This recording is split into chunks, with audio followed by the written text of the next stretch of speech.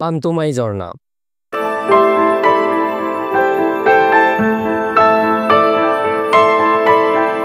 পান্তুমাই ঝর্ণা বাংলাদেশের সিলেট বিভাগের মেঘালয় সীমান্তে ঘেঁষা এক শান্ত জলপথের নাম হলো পান্তুমাই ঝর্ণা। এখানে অবস্থিত এক সৌন্দর্যের ঝর্ণা পান্তুমাই ঝর্ণা। এটি মেঘালয়ের পাহাড় থেকে নেমে আসা একটি প্রাকৃতিক ঝর্ণা। ঝর্ণাটি প্রায় 150 থেকে 200 ফুট উচ্চতার পাহাড় নেমে এসেছে। এর পানি সারা বছর প্রবাহিত থাকে, তবে বর্ষাকালে স্রোত হয় সবচেয়ে বেশি। দূর থেকে দেখা যায় সবুজ পাহাড়ের বুক চিরে ধুয়ে আসছে এক ভদ্র জলরাশি। সেই পানি নিচে আসছে গর্জে দ্রব্যে, আর চারপাশে তৈরি হয় এক মায়াবী কুয়াশা আস্তরণ।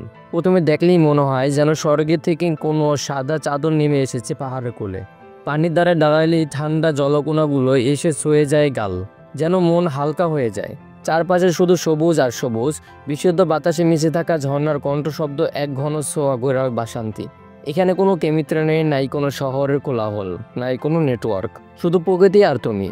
এমন নিঃশব্দ এক ভালোবাসা যেটা অনুভব করা যায় কিন্তু বলা যায় না। পান্তুমাই ঝর্ণা যেন পাহাড়ের বুকে লেখা এক প্রেমপত্র, আর প্রতিটি শব্দে লুকিয়ে আছে শীতলতা, শান্তি আর অফুরন্ত ভালোবাসা। তুমি যদি কোনোদিন সত্যিকারের নির্জনতা খুঁজে পাও, যেখানে শুধু পাখির ডাক, ঝর্ণার শব্দ আর মেঘে ঢাকা পাহাড়ের ছোঁয়া থাকবে, যেখানে শুধু পাখির ডাক, ঝর্ণার শব্দ আর মেঘে ঢাকা পাহাড়ের ছায়া থাকবে, তাহলে একবার এসো পান্তুমাই।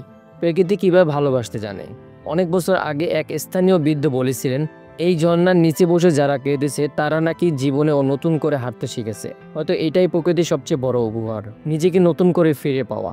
পান্তুমাই ঝর্ণা আমাদের শিখায় শুধু বড় বড় শব্দ দিয়ে নয়, নিঃশব্দের মধ্যে অনেক কিছু বলা যায়।